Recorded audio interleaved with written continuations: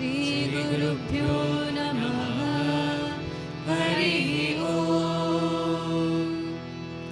गणानां त्वा गणपतिगुं हवामहे कविं कवीनामुपमश्रवस्तमम् ज्येष्ठराजं ब्रह्मणस्पत आनः शृण्वन्नोतिभिः सीदसादनम् प्रणो देवी सरस्वती वाजेभिर्वाजिनीवती धीनामवित्र्यवतु। गणेशाय नमः, सरस्वत्यै नमः, श्रीगुरुभ्यो नमः। हरिः ओम्। ॐ नमो भगवते रुद्राय। ॐ नमस्ते रुद्रमन्यवहुतोतैषवे नमः। नमस्ते अस्तु धन्वने बाहुभ्यामुतते नमः। या तैषुः शिवतमा शिवं बभूव ते धनुः। शिवा शरव्या या तव तया नो रुद्रमृडया। या ते रुद्रशिवा तनूरघोरा पापकाशिनी। तया नस्तनुवाशन्तमया गिरिशन्तापि चाकशीः। यामिषुं गिरिशन्तहस्ते बिभर्षस्तवे। शिवाङ्गिरित्रतां कुरु माहि गुंसीः पुरुषं जगत्। शिवेन वचसा त्वा गिरिशाच्छावदामसि। यथा नः सर्वमिज्जगदयक्ष्मगुं सुमना असत्। अद्य वोचदधिवक्ता प्रथमो दैव्योऽभिषक्। अहीगश्च सर्वान् जम्भयन् सर्वाश्च यातु धान्यः। असौ यस्ताम्रो वरुण उत बभ्रुः सुमङ्गलः। ये क्षेमागुं रुद्रा अभितो दिक्षुश्रिताः सहस्रशो वैशागुं हेडयीमहे। असौ यो वसर्पति नीलग्रीवो विलोहितः। उतैनं गोपादृशन्न दृशन्नुदहार्यः। उतैनं विश्वाभूतानि सदृष्टो मृडयातिनः। नमो अस्तु नीलग्रीवाय सहस्राक्षाय मीढुषे। अथो ये अस्य सत्त्वानो हन्तेभ्यो करन्नमः। प्रमुञ्च धन्वनस्त्वमुभयोराग्नियोर्जा। याश्च ते हस्तैषवः पराता भगवो वपा। अवतत्यदनुस्त्वगुं सहस्राक्षशतेषु दे। निशीर्य शल्यानां मुखा शिवो नः सुमना भव। विज्जन्दनुक्कपर्दिनो विशल्यो बाणवागुम् उत। अनेशन्नस्येषव आभुरस्य निषङ्गतिः। या ते हेतिर्मीडुष्टमहस्ते बभूव ते धनुः। तयास्मान् विश्वतस्त्वमयक्ष्मया परिभुजा। नमस्ते अस्त्वायुधाय नातताय धृष्णवे। उभाभ्यामुतते नमो बाहुभ्यां तव धन्वने। परिते धन्वनो हेतिरस्मान् वृणक्तु विश्वतः। अतो य इषुदिस्तवारे अस्मन्निदेहितम्। नमस्ते अस्तु भगवन् विश्वेश्वराय महादेवाय त्रयम्बकाय त्रिपुरान्तकाय त्रिकाग्निकालाय कालाग्निरुद्राय नीलकण्ठाय मृत्युञ्जयाय सर्वेश्वराय सदाशिवाय श्रीमन्महादेवाय नमः। नमो हिरण्यबाहवे सेनान्ये दिशाञ्च पतये। नमो नमो वृक्षेभ्यो हरिकेशेभ्यः पशूनां पतये। नमो नमः सस्पिञ्जराय त्विषीमते पतीनां पतये। नमो नमो बब्लुषाय विव्याधिने नानां पतये। नमो नमो हरिकेशायोपवीतिने पुष्टानां पतये। नमो नमो भवस्य हेत्यै जगतां पतये। नमो नमो रुद्राय तताविने क्षेत्राणां पतये। नमो नमः सूताय हन्त्याय वनानां पतये। पतये नमो नमो रोहितायस्तपतये वृक्षाणां पतये नमो नमो मन्त्रिणे वाणिजाय कक्षाणां पतये नमो नमो भुवन्तये वारिवस्कृतायौषधीनां पतये नमो नमः उच्चैर्घोषाय क्रन्दयते पत्तीनां पतये नमो नमः कृत्स्नवीताय धावते सत्त्वनां पतये नमः नमः सहमानाय निर्व्याधिन आव्याधिनीनां पतये नमो नमः ककुबाय निषङ्गिने स्तेनानां पतये नमो नमो निषङ्गिन इषुधिमते तस्कराणां पतये नमो नमो वञ्चते परिवञ्चते स्तायूनां पतये नमो नमो निचेरवे परिचरायारण्यानां पतये नमो नमः श्रिकाविभ्यो जिगागुं सद्भ्यो मुष्णता पतये नमो नमो सिमद्भ्यो नक्तञ्चरभ्यः प्रकृन्तानां पतये नमो नमः उष्णीषिने गिरिचराय कुलुञ्चानां पतये नमो नमः इषुमद्भ्यो दन्वाविभ्यश्च वो नमो नमः आतन्वानेभ्यः प्रतिदधानेभ्यश्च वो नमो नमः आयच्छद्भ्यो विसृजद्भ्यश्च वो नमो नमोऽस्यभ्यो विद्यभ्यश्च वो नमो नमः आसीनेभ्यः शयानेभ्यश्च वो नमो नमः स्वपद्भ्यो जाग्रद्भ्यश्च वो नमो नमस्तिष्ठद्भ्यो दावद्भ्यश्च वो नमो नमः सभाभ्यः सभापतिभ्यश्च वो नमो नमो अश्वेभ्योऽश्वपतिभ्यश्च वो नमः नमः आव्याधिनीभ्यो विविध्यन्तीभ्यश्च वो नमो नमः उगनाभ्यस्त्रगुंहतीभ्यश्च वो नमो नमो गृत्सेभ्यो गृत्सपतिभ्यश्च वो नमो नमो व्रातेभ्यो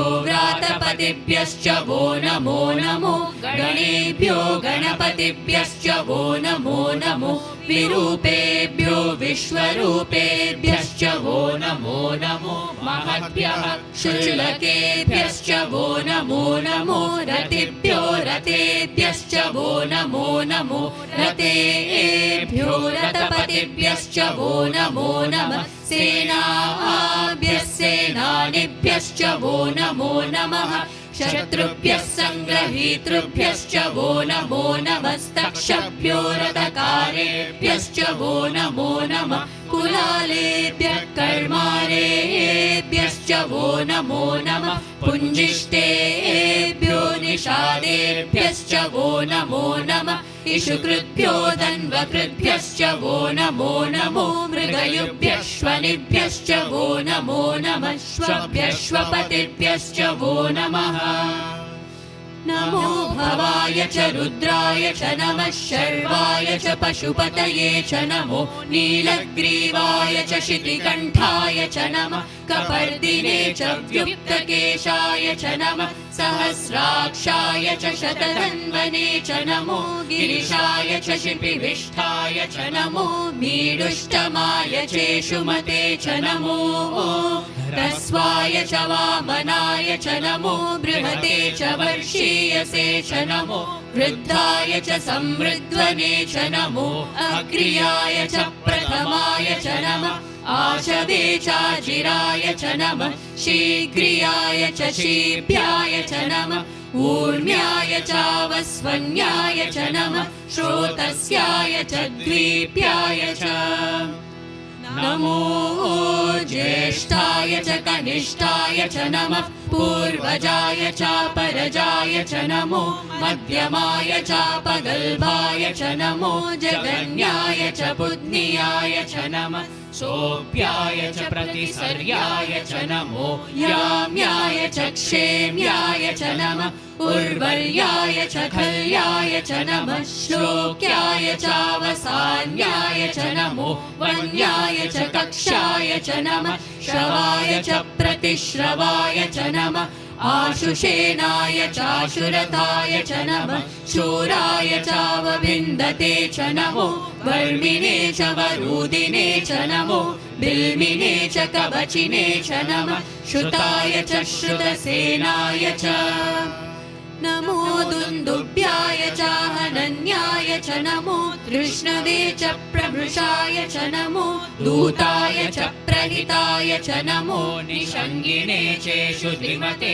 च नमः तीक्ष्णे च वेचायुधिने च नमः स्वायुधाय च सुधन्वने च नमः श्रुत्याय च पत्याय च नमः काट्याय च नीट्याय च नमः सूद्याय च सरस्याय च नमो नाट्याय च वैशन्ताय च नमः कूप्याय च वट्याय च नमो वर्षाय च वर्षाय च नमो मेघ्याय च विद्युत्याय च नमः ईद्रियाय च तप्याय च नमो वाट्याय च रेश्मियाय च नमो वास्तव्याय च वास्तुपाय च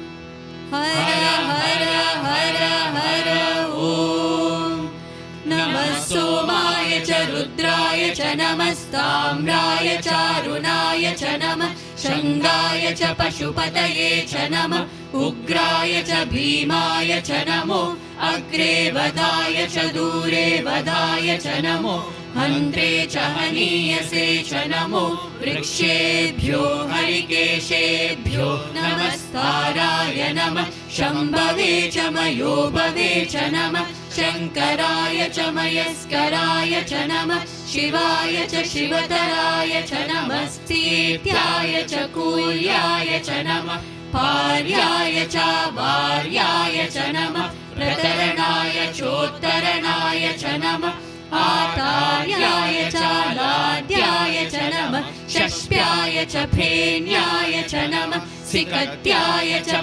प्रवाह्याय च नमैर्ण्याय च प्रपत्याय च नमः किगुंशिलाय च क्षयनाय च नमः कपर्दिने च पुलस्तये च नमो गोष्ठ्याय च गृह्याय च नमः सल्प्याय च गेह्याय च नमः काट्याय च गह्वरेष्ठाय च नमो हृदयाय च निवेश्याय च नमः पागुंसव्याय च रहस्याय च नमः शुष्याय च हरित्याय च नमो लोप्याय चोलप्याय च नमः ऊर्व्याय च सूर्ण्याय च नमः पर्ण्याय च पर्णशद्याय च नमो पगुरमानाय चाभिघ्नते च नमः आकिदते च प्रकिदते च नमो वक्किरिकेभ्यो देवानागुं हृदयेभ्यो नमो विक्षीणकेभ्यो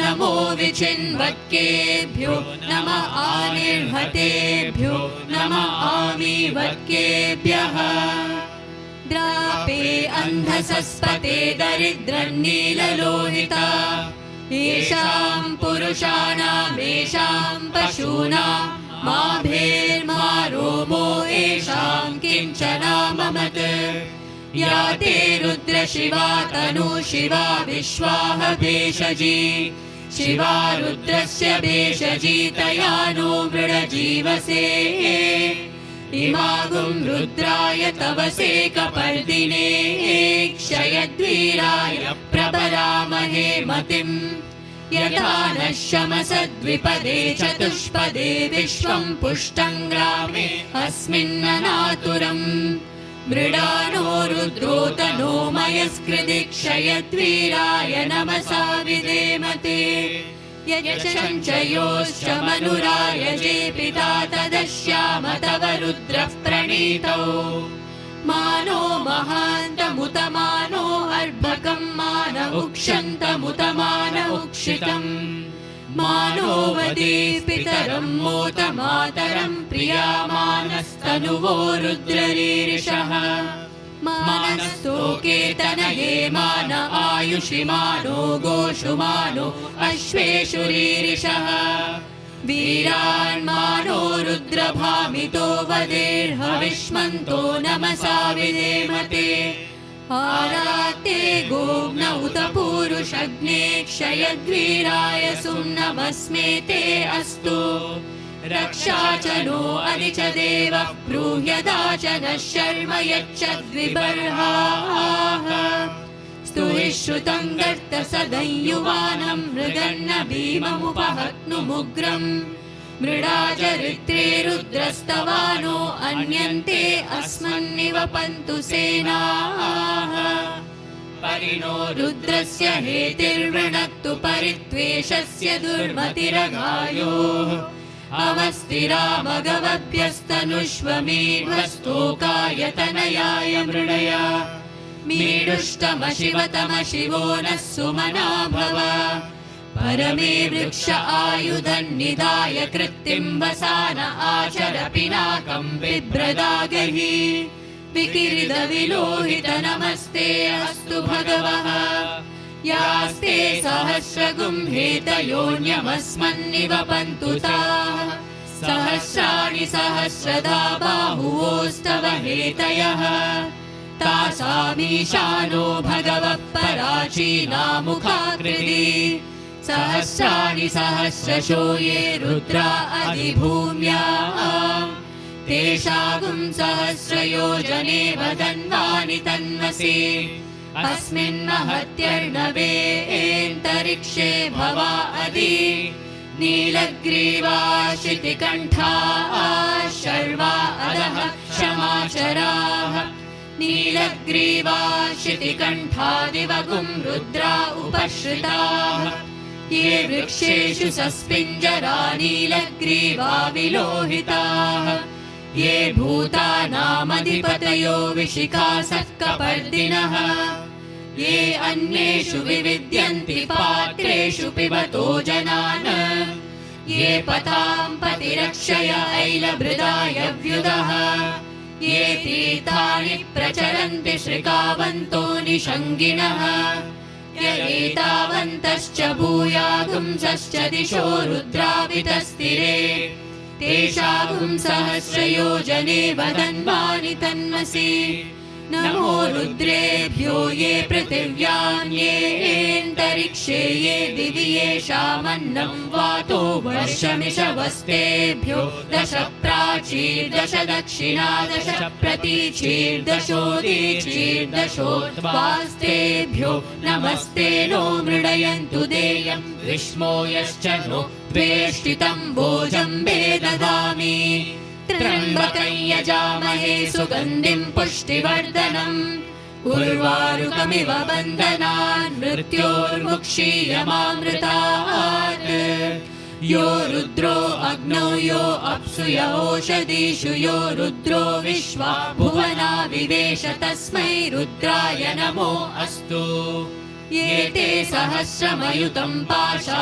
मृत्यो मर्त्याय हन्तवे तान्यज्ञस्य मायया सर्वानमयजामहे मृत्यवे स्वाहा मृत्यवे स्वाहा प्राणानां ग्रन्थिरसि रुद्रो मा विशान्तकः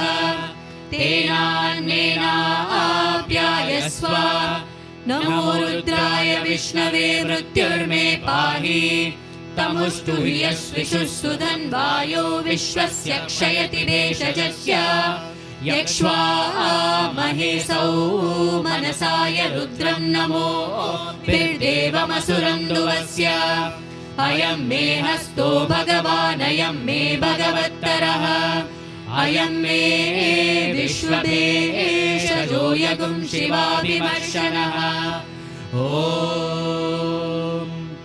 शान्ति शान्ति शान्तिः यदक्षरपरभ्रष्टं मात्राहीनं तु यद्भवेत् तत्सर्वं क्षम्यतां देव नारायण नमोऽस्तु ते विसर्गबिन्दुमात्राणि पदपादाक्षराणि च न्यूनानि चातिरिक्तानि क्षमस्व साईश्वर अपराधसहस्राणि क्रियन्ते हर्निशं मया दासोऽयमिति मां मत्वा क्षमस्व साईश्वर अन्यथा शरणं नास्ति त्वमेव शरणं मम तस्मात् कारुण्यभावेन रक्ष रक्ष साईश्वर हरिः ओम् तत्सत् श्री साईश्वरार्पणमस्तु।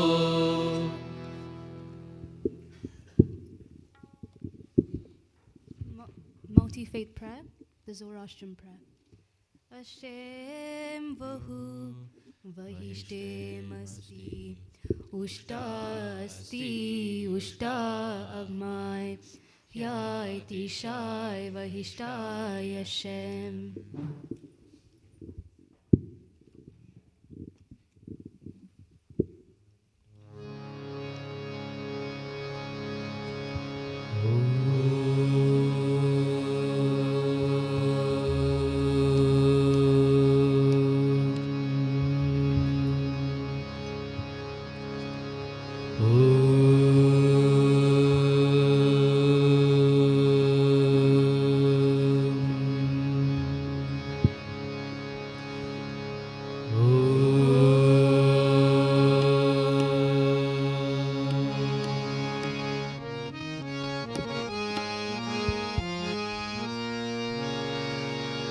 गजवदना जय नमोस्तुते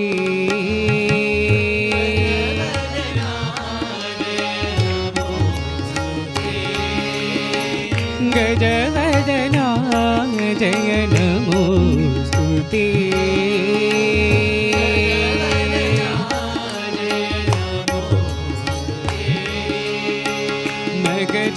गजानन्दन नमोस्तुते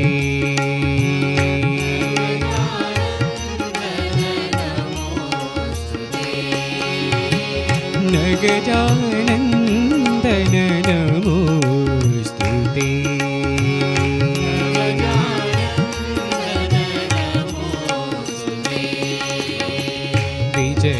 विजयप्रदायक विघ्ननाशा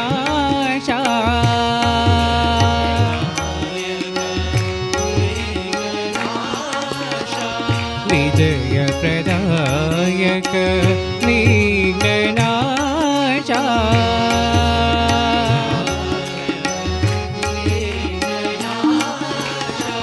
गजवदना जय नमोस्तुते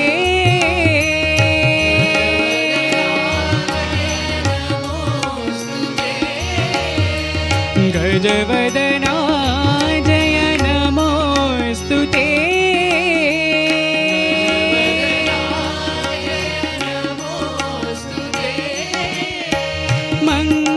मंगलदायक नमोस्तुते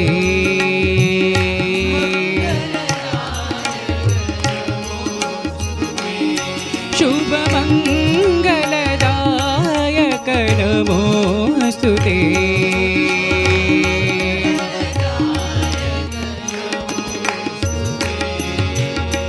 गजवदना जय नमोस्तुते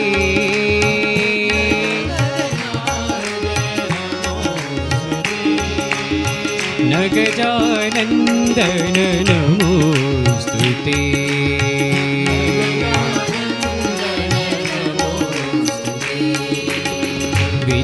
विजयप्रदायक विघ्ननाशा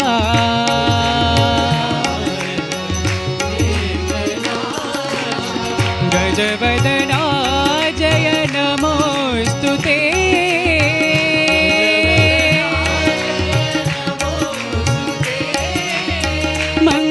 मंगलदायक नमोस्तुते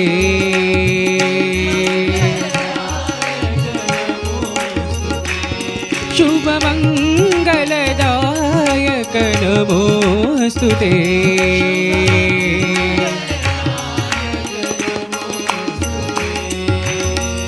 गजवदना जय नमोस्तुते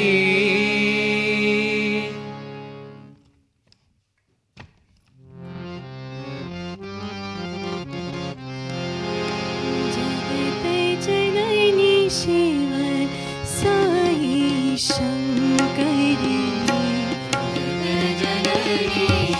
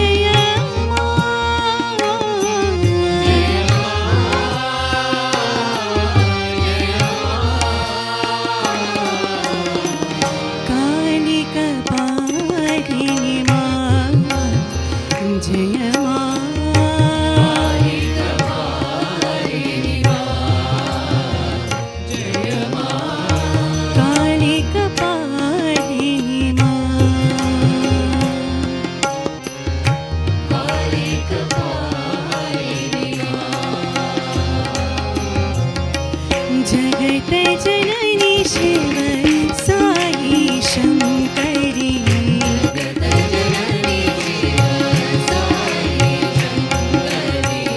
माता महेश्वरी पार्वती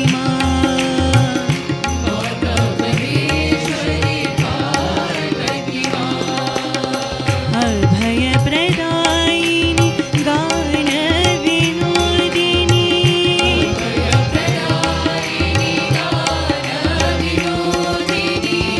माता भवानी माँ जय माँ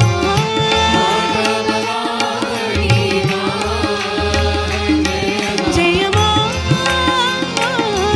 जय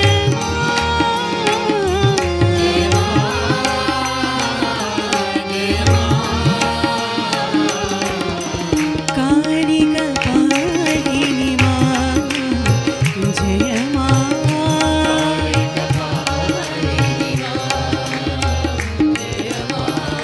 कालिका पालिनी माँ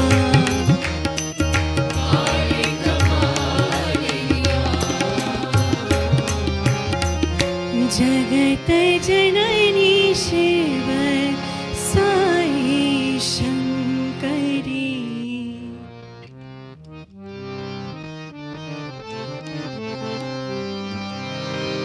मानस भजरे गुरुचरणम्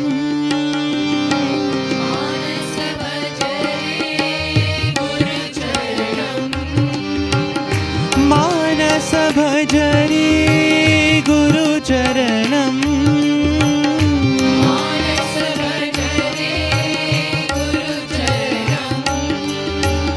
साई चरणं प्रणमाम्यहम्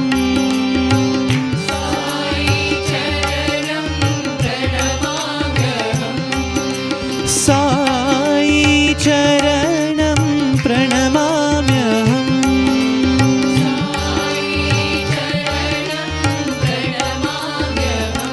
सत्य साई चरणं प्रणमाम्यहम्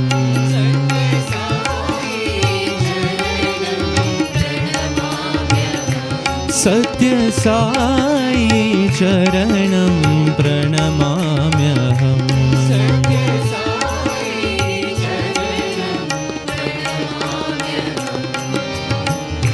निर्मल हृदय विराजित चरणम्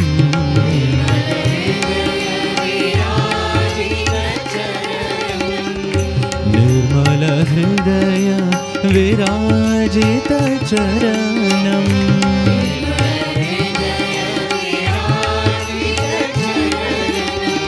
सकल चराचर व्यापक चरणम्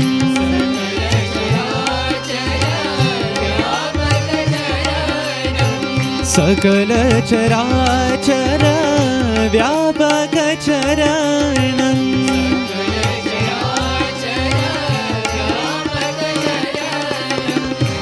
भवसागर उद्धारक चरणम्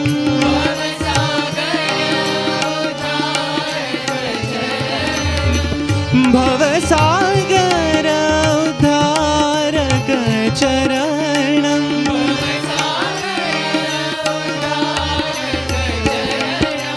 साई चरणं प्रणमाम्यहम्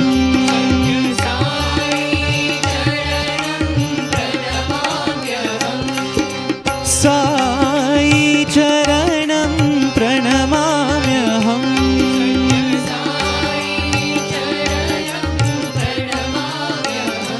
सत्य साई चरणं प्रणमाम्यहम्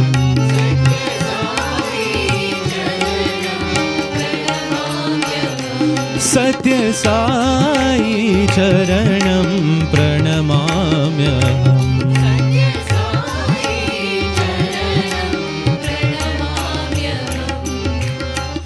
मानस भजरे गुरुचरणम्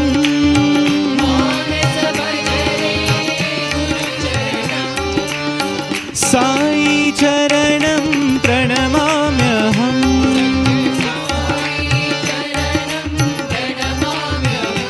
सत्यसाई चरणं प्रणमाम्यहम्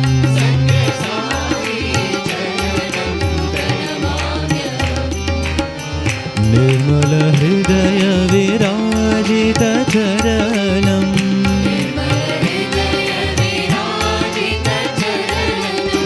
सकल चराचर व्यापक चरणम्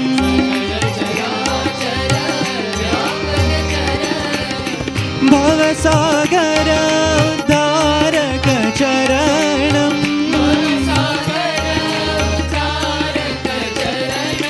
साई चरणं प्रणमाम्यहम्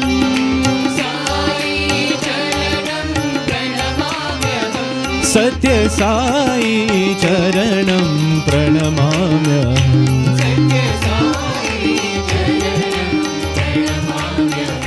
सत्य साई चरणं प्रणमाम्यहम्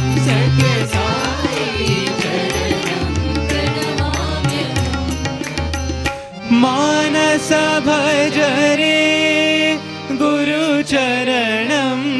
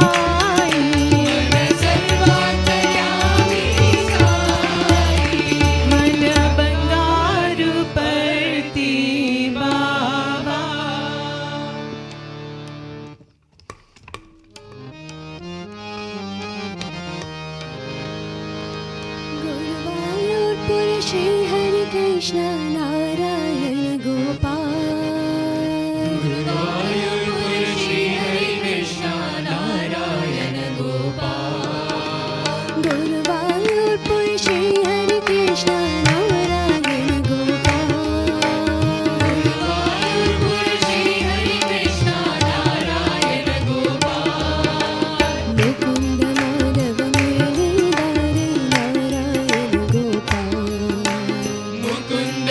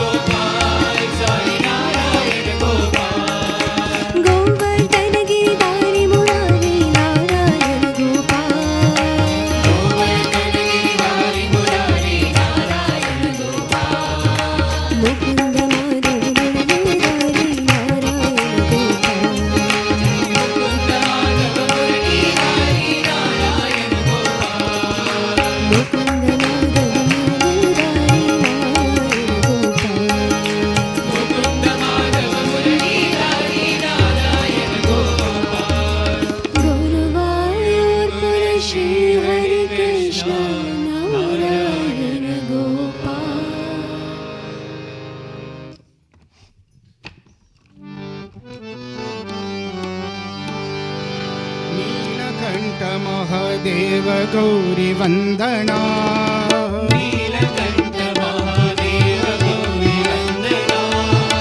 नीलकंठ महादेव गौरी वंदना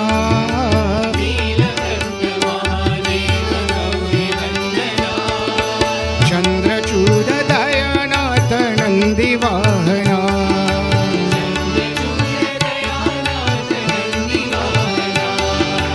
चंद्रचूड दयानाथ नंदी वाहना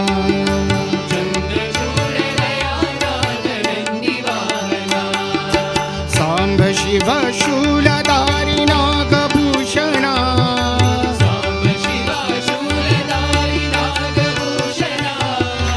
सांब शिव शूलधारी नागभूषणा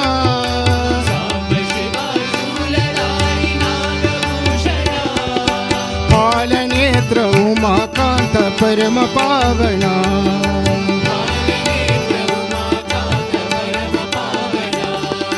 पालनेत्र उमाकांत परम पावना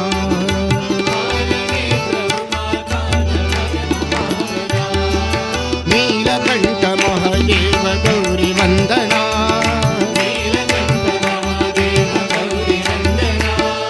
चंद्रचूड दयानाथ नंदी वाहना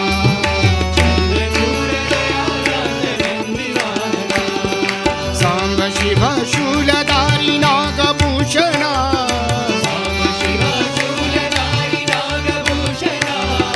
पालनेत्र उमाकांत परम पावना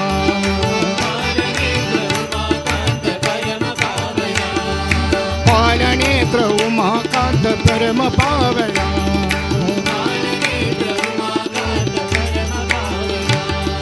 नीलकंठ महादेव गौरी वंदना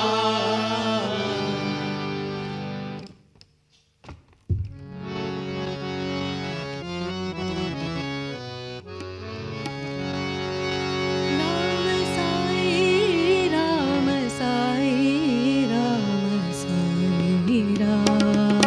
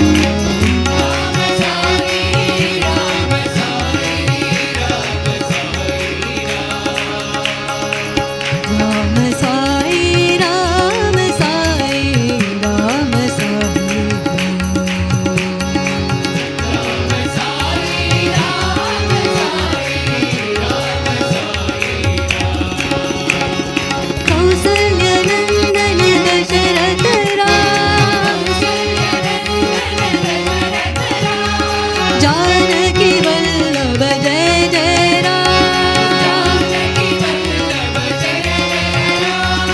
लक्ष्मण सेवक लावण्य राम रावण मर्दन रणधीर राम अयोध्यवासी राजा राम अंजन प्रिय सुतात्मा विराम अंजन प्रिय सुतात्मा विराम राम साई राम साई राम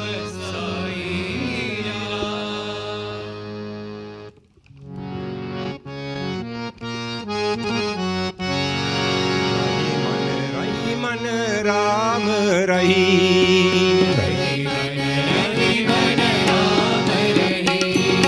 रही मन राम रही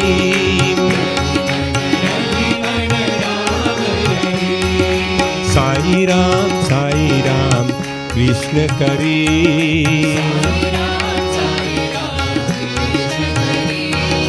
साई राम कृष्ण करी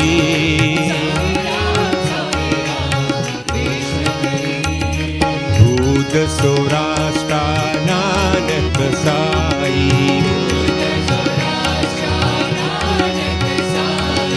भूत सौराष्ट्र नानक साई येसु पिता प्रभु साई तुम हो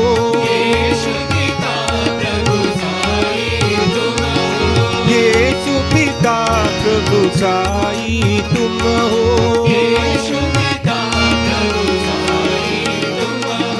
भजुरे मनवा राम रही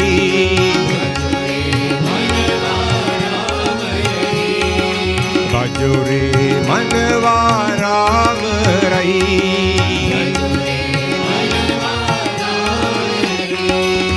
राम रहीम साई कृष्ण करी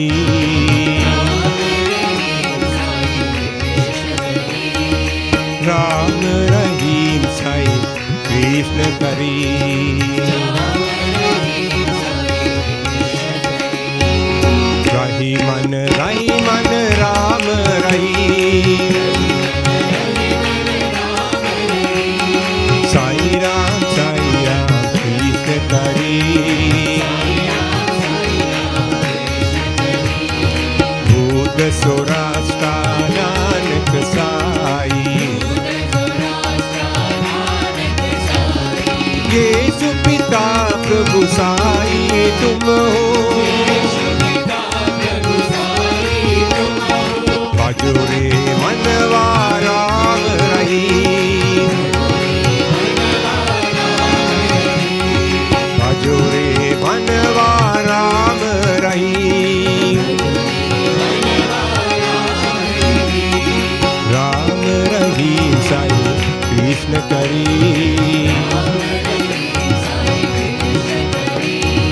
राम रही साई कृष्ण करी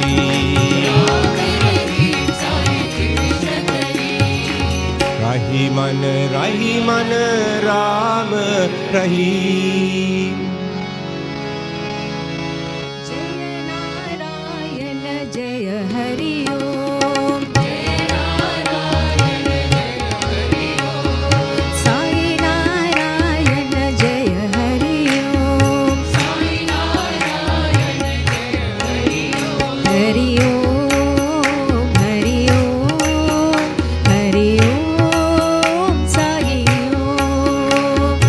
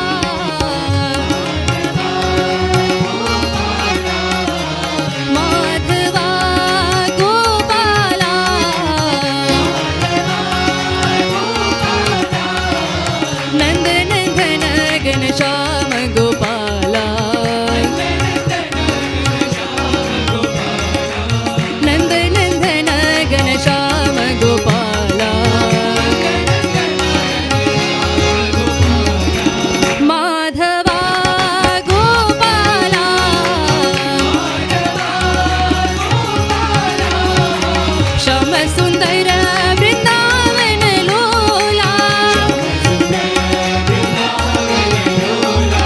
श्यामसुन्दर वृन्दावन लोला मुरली मनोहर गिरिधर बाला मुरली मनोहर गिरिधर बाला माधवा गोपाला नन्दनन्दन घनश्याम गोपाला माधवा गोपाला श्यामसुन्दर वृन्दावन लोला मुरली मनोहर गिरिधर बाला मुरली मनोहर गिरिधर बाला जय हरि गोविन्द राधे गोपाल जय हरि गोविन्द राधे गोपाल जय हरि गोविन्द राधे गोपाल जय हरि गोविन्द राधे गोपाल जय हरि गोविन्द राधे गोपाल जय हरि गोविन्द राधे गोपाल माधवा गोपाला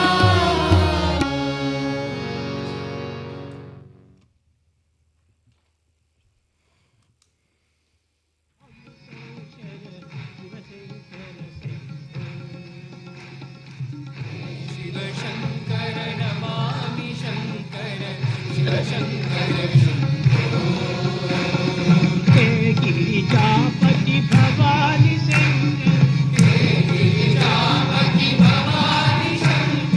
हे गिरिजापति भवानी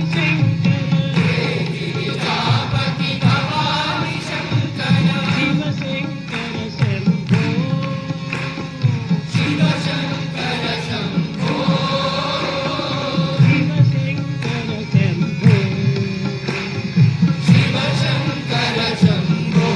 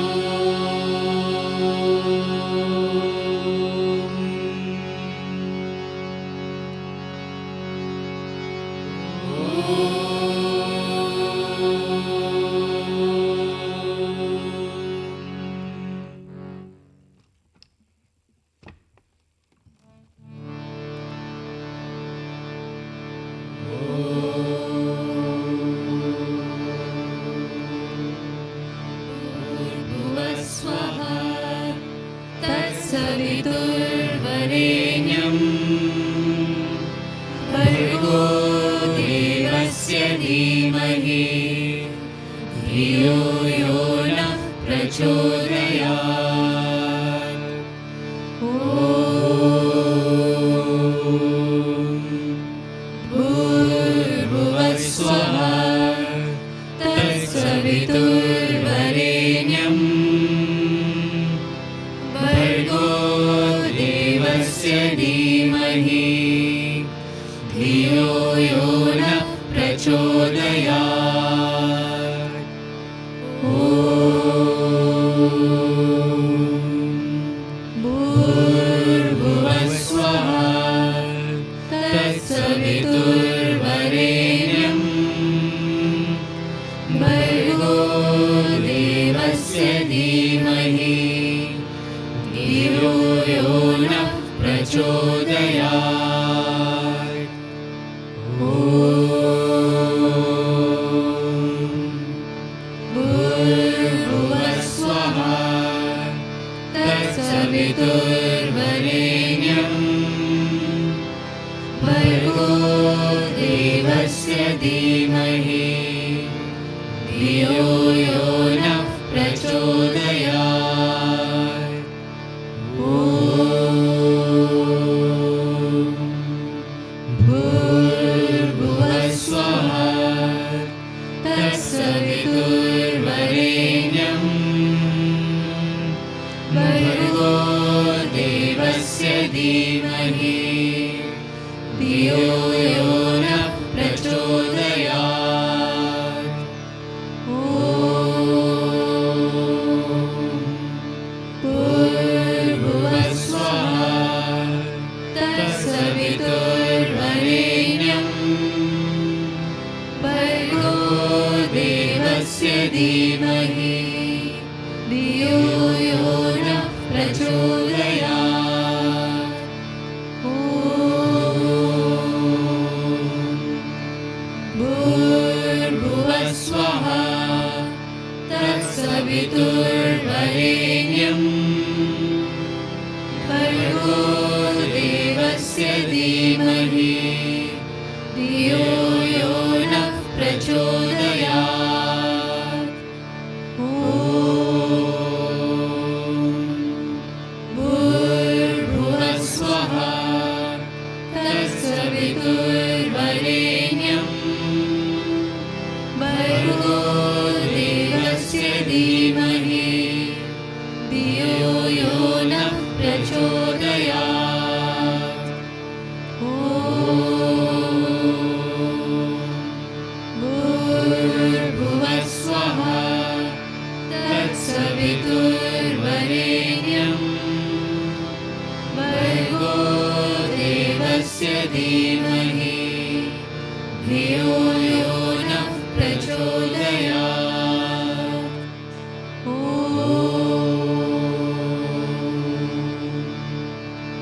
शान्ति शान्ति शान्तिः।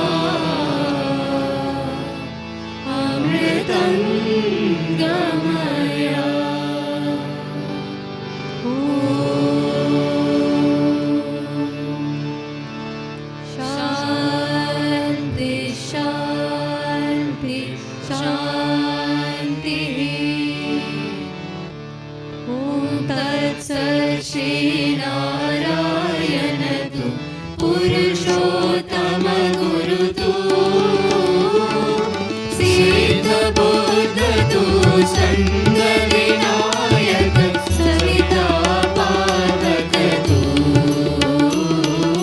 सविता पावक तू ब्रह्मवर्ष तू यर्वशक्ति तू येषु पिता प्रभु तू रुद्र विष्णु तू राम कृष्ण तू रहीम ताओ तू रहीम ताओ तू वासुदेव तू विश्वरूप तू चिदानंद हरि तू अद्वितीय तू अकाल निर्भय आत्मलिंग शिव तू आत्मलिंग शिव तू साई आत्मलिंग शिव तू ओम जय जगदीश हरे स्वामी सत्य साई हरे भक्तजना संरक्षक भक्तजना संरक्षक परिमहेश्वरा ओम जय जगदीश हरे शशिवदना श्रीकरा सर्वा प्राणपते स्वामी सर्वा प्राणपते आश्रित कल्पलतिका आश्रित कल्पलतिका पावनवा ओम जय जगदीश हरे माता पिता गुरुदेव मरियं दयुनीवे स्वामी मरियं दयुनीवे नाद ब्रह्म जगन्नाथा नाद ब्रह्म जगन्नाथा नागेन्द्र शयना ओम जय जगदीश हरे ओंकार रूपा जयश्री साई महादेवा सत्य साई महादेवा मंगल हारति अंदुको मंगल हारति अंदुको मंगल गिरिधारी ओम जय जगदीश हरे नारायण नारायण ओम सत्य नारायण नारायण नारायण ओम नारायण नारायण ओम सत्य नारायण नारायण ओम सत्य नारायण नारायण ओम जय सद्गुरुदेवा नारायण नारायण ओम सत्य नारायण नारायण नारायण ओम नारायण नारायण ओम सत्य नारायण नारायण ओम सत्य नारायण नारायण ओम जय सद्गुरुदेवा नारायण नारायण ओम सत्य नारायण नारायण नारायण ओम नारायण नारायण ओम सत्य नारायण नारायण ओम सत्य नारायण नारायण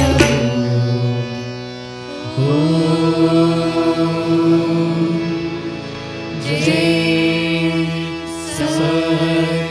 सद्गुरुदेवा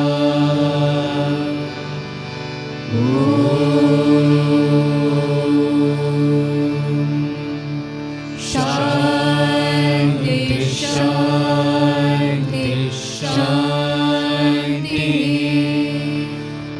समस्त लोका सुखिनो भवन्तु समस्त लोका सुखिनो भवन्तु समस्त लोका सुखिनो भवन्तु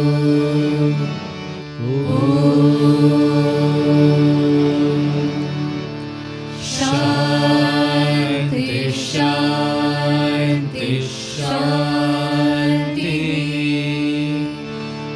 जय बोलो भगवान श्री सत्य साई बाबा जी की जय। परमं पवित्रं बाबा विभूतिं परमं विचित्रं लीलाविभूतिं परमं पवित्रं बाबा विभूतिं परमं विचित्रं लीलाविभूतिं परमार्थ इष्टार्थमोक्षप्रदानं परमार्थ इष्टार्थमोक्षप्रदातं Baba विभूतिम् इदमाश्रयामि Baba विभूतिम् इदमाश्रयामि Sacred, holy and supreme is Baba's vibhuti. Pouring forth this sacred stream, its way of vibhuti.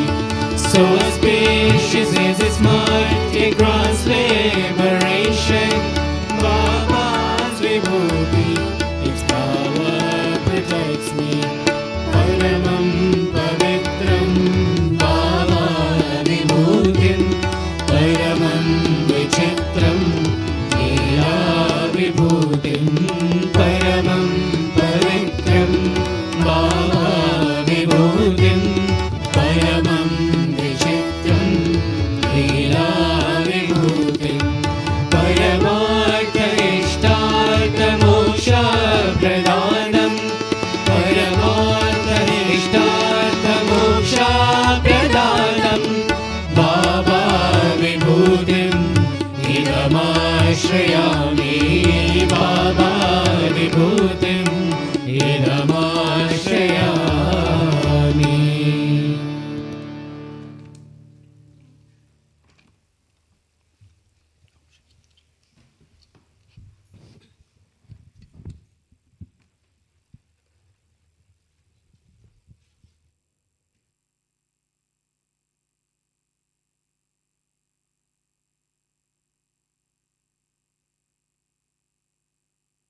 Sairam, I offer my most humble and loving pranams at the divine lotus feet of our dearest Swami.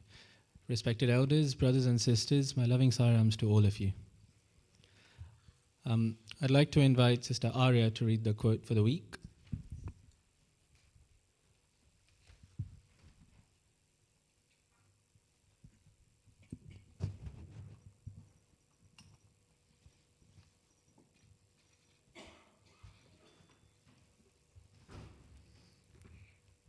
Swami, I offer my humble pranams at your divine lotus feet and Sairam to you all.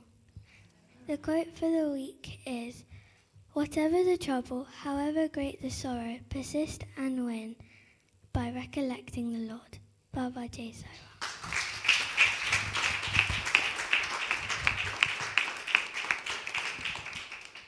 Thank you, Arya. I'd like to invite Sister Arini to read the thought for the week.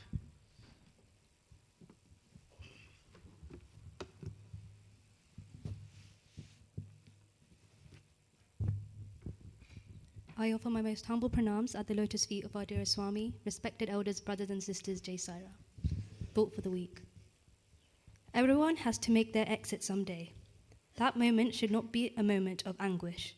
One should depart gracefully, with a smile and a bow. To do that, a lot of preparation is necessary.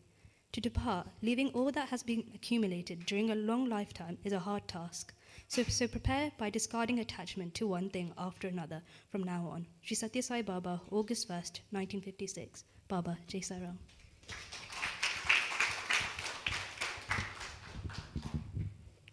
Thank you, Harini. Moving on to the announcements for today. The Sai Smaran Bhajans. All devotees are warmly invited to come together on Saturday, the 5th of September for the Sai Smaran Bhajans taking place in Manchester this year. If you wish to sing a bhajan, please contact Sister Gauri for further information and for submitting the bhajan recordings.